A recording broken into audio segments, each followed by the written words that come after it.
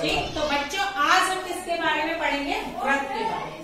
ठीक है, जैसे ये हमारे इसका ये है, जैसे हम नेचर में देखते हैं, ये हमारा हो गया व्रत और यहाँ पर ये इसका होता है केंद्र। ठीक है, जैसे हम साइकिल का एक पहिया देखते हैं, बीच में वो क्या होता है, अगर उसमें तिल्लियां जुड़ी होती है तो उसको हम केंद्र मान सकते हैं, केंद्र हो गया। और जहां तक हमारी इस केंद्र से इधर तिल्लियां जुड़ी होती है परिधि तक, तो ये हमारा क्या होती है? त्रिज्या। ठीक है, रेडियस या त्रिज्या। ठीक है, हम देखते हैं अपने आसपास उदाहरण, जैसे चूड़ी भी क्या है, ये भी क्या है? व्रत है। ठीक, अब आपने देखा होगा एक गाय या भैंस को या किसी जानवर को खूंटे से बांध देते हैं जीवन। अगर वो खुली जगह हो तो वो क्या करता है? चारों तरफ घूमता है जीवन। तो क्या बनता है? व्रत बनता है। जो उसका खूंटा है वो क्या है? केंद्र का काम कर रहा है। ठीक है ना, वो क्या है? केंद्र। और जो रस्सी उसके गले में बंधी है और जो घूम रहा है इस तरह से, तो वो क्या हो जाएगी? त्रिज्या। और जिस गोलाई में पूरा एक चक्कर लगाने में जितनी दूरी है, मतलब जितना चक्कर उसने लगाया, वो सब क्या है? उसकी परिधि है, जिसमें वो घूम रहा है एक चक्कर में। ठीक है, तो वो क्या हो गई? हमारी व्रत की परिधि।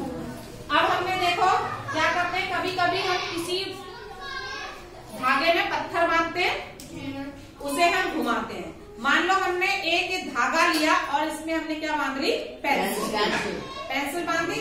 अगर वही इस तरह की स्थिति हो गई, अगर हम इसको यहाँ पर फिक्स कर लें, तो एक धागा यहाँ तक, इसकी ये क्या हो गई? त्रिज्या। क्या है ये? त्रिज्या।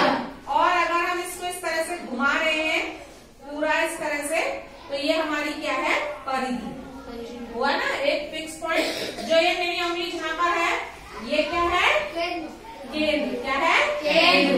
और ये जो धागा है, इसकी लंबाई क्या है? त्रिज्या। ये यहाँ पर है, पॉइंट हो गया। तो ये मेरे हाथ में यहाँ फिक्स है और इस पेंसिल तक जो धागा बंधा है, ये क्या है? हमारी त्रिज्या।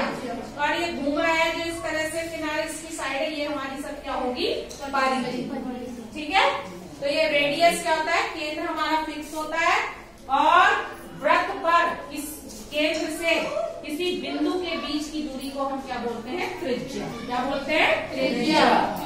और यहाँ रेडियस। और ये हिस्सा सब इसका क्या है? परिधि। क्या है ये? परिधि। ठीक, अगर हम इस रेडियस को, ये हमारा पॉइंट, हमारा ये हो गया केंद्र। ठीक, अगर हम इसको इसी तरह से आगे को बढ़ा लें या ठीक इसका आधा करें, ये हो गया केंद्र से जाती हुई रेखा, ये हो गई इस तरह से, दो बिंदुओं को मिलाया तो ये केंद्र से जा रहा है, तो ये इसको क्या बोलते हैं? व्यास। क्या बोलते हैं? व्यास। व्यास, इसे डी से डिनोट करते हैं। ये हमारा व्यास हो गया, ए और बी। व्यास क्या करता है? व्रत को ठीक दो भागों में बांट देता है। क्या करता है? व्रत को ठीक दो भागों में, ऊपर का हिस्सा और नीचे का हिस्सा। और इसमें एक खासियत क्या है? अगर हम यहाँ से केंद्र हमारा O है, केंद्र हमारा O है, तो OA OB दूरी और OB को क्या कहेंगे? OB क्या है हमारा? OA के बराबर। OA और OB दोनों बराबर है। तो केंद्र से व्रत के बिंदु पर स्थित किसी बीच की दूरी को क्या बोलते हैं? त्रिज्या। त्रिज्या, शाबाश। क्या बोलते हैं? त्रिज्या या आर। और ये भी क्या है? त्रिज्या। ये भी त्रिज्या है, ये भी आर है। और अगर पूरा ए बी कहें तो ये क्या है? व्यास। व्यास है ना। तो डी किसके बराबर है? व्यास यानी कि डायमीटर। डी को हम क्या कहते हैं? ये किसके बराबर होता है? 2r, यानी कि 2 गुणा त्रिज्या। क्या बोलते हैं? 2 गुणा त्रिज्या, यानी कि व्यास जो है क्या है? त्रिज्या का दुगुना, है ना। व्यास जो है त्रिज्या का दुगुना। ठीक है, अगर मान लो हमारा व्यास है, व्यास 6 सेंटीमीटर आपको दिया गया है। व्यास कितना दिया गया है? 6 सेंटीमीटर। तो हमारी त्रिज्या कितनी हुई? 3 सेंटीमीटर। यानी कि व्यास, अगर त्रिज्या निकालनी है तो व्यास, तो त्रिज्या किसके बराबर है? ऐसे त्रिज्या है व्यास का आधा या व्यास बटे 2। ठीक है। अब मान लो बच्चों ये है, यहां से मैंने एक पॉइंट लिया, इसको लिखा सी और डी। ये 2 पॉइंट बिंदु मैंने परिधि पर थे, सी और डी, इनको मिला दिया। तो ये व्यास है क्या? नहीं है। क्यों? व्यास के लिए क्या कंडीशन होती है? जब केंद्र से होकर दोनों साइड। हाँ, व्यास क्या होता है? ये क्या है, केंद्र से जा रही है सी डी का? नहीं जा रही। तो और ए बी क्या है? व्यास क्या है? वो केंद्र से जाता है। और जो केंद्र से नहीं जाती है पॉइंट, जैसे सी डी त्रिज्या, तो ये हमारी क्या है? जीवा। क्या है हमारी? जीवा है। ठीक है। तो हम केवल अभी यहाँ पर वृत्त की परिधि, ठीक है, अब हमें इसकी दूरी निकालनी है, वृत्त की परिधि। ठीक है, ये सबको समझ में आ गया? परिधि क्या है? ये सब ये पॉइंट हमारा परिधि है। तो परिधि किसके बराबर होती है? परिधि होती है 2 पाई r। क्या बोलते हैं इसको? 2 पाई r के बराबर है परिधि। और पाई का मान हमारा क्या होता है? 22/7 या 3.14 भी लिख सकते हैं। जो भी मान दिया गया होगा उसके हिसाब से हम अप्लाई करेंगे। ठीक है, ये हमारी वृत्त की परिधि है। परिधि को यहाँ पर स्टैंडर्ड मान लिया है। और परिधि को क्या है? पाई क्या है? परिधि बटा व्यास का अनुपात है। ठीक है, व्यास परिधि बटे व्यास का अनुपात है पाई। तो पाई की वैल्यू होती है 22/7 या 3.14। और तुम्हारा परिधि का सूत्र क्या हो गया? 2 पाई r। अब इसमें हम क्या कर सकते हैं? देखिए 2r किसके बराबर है? परिधि को हम और क्या लिख सकते हैं? परिधि बराबर पाई डी भी लिख सकते हैं कि नहीं लिख सकते? लिख सकते हैं ना, क्योंकि 2r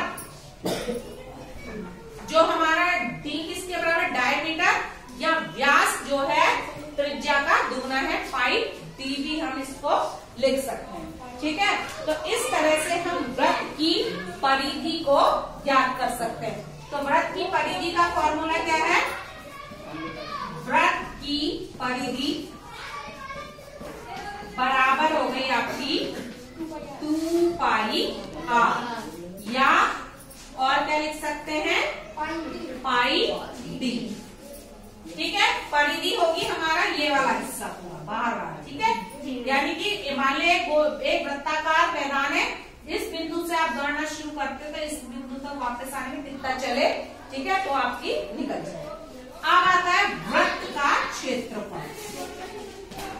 ठीक है, वृत्त का क्षेत्रफल किसके बराबर होता है? वृत्त का क्षेत्रफल होता है पाई r स्क्वायर वर्ग, वर्ग में वर्ग होगा या सेंटीमीटर वर्ग इकाई जो भी होगा।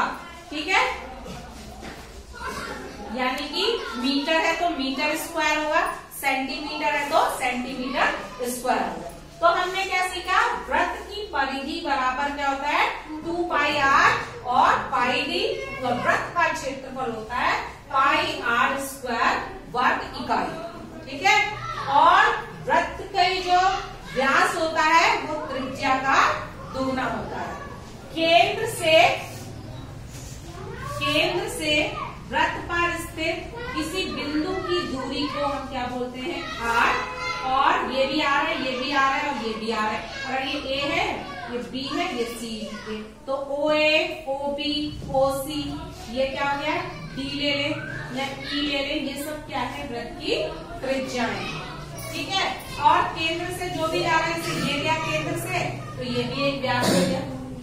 अगर यहाँ से इस तरह से केंद्र से गया तो ये भी एक व्यास हो गया, है ना। अगर आप व्यास को देखेंगे वो ठीक आधा आधा बांट रहा है। ठीक है ना, तो इस तरह से हम इसमें फॉर्मूला लगाएंगे वृत्त की परिधि का 2 पाई r और पाई। समझ आ गया? Yes ma'am. बंद कर दे।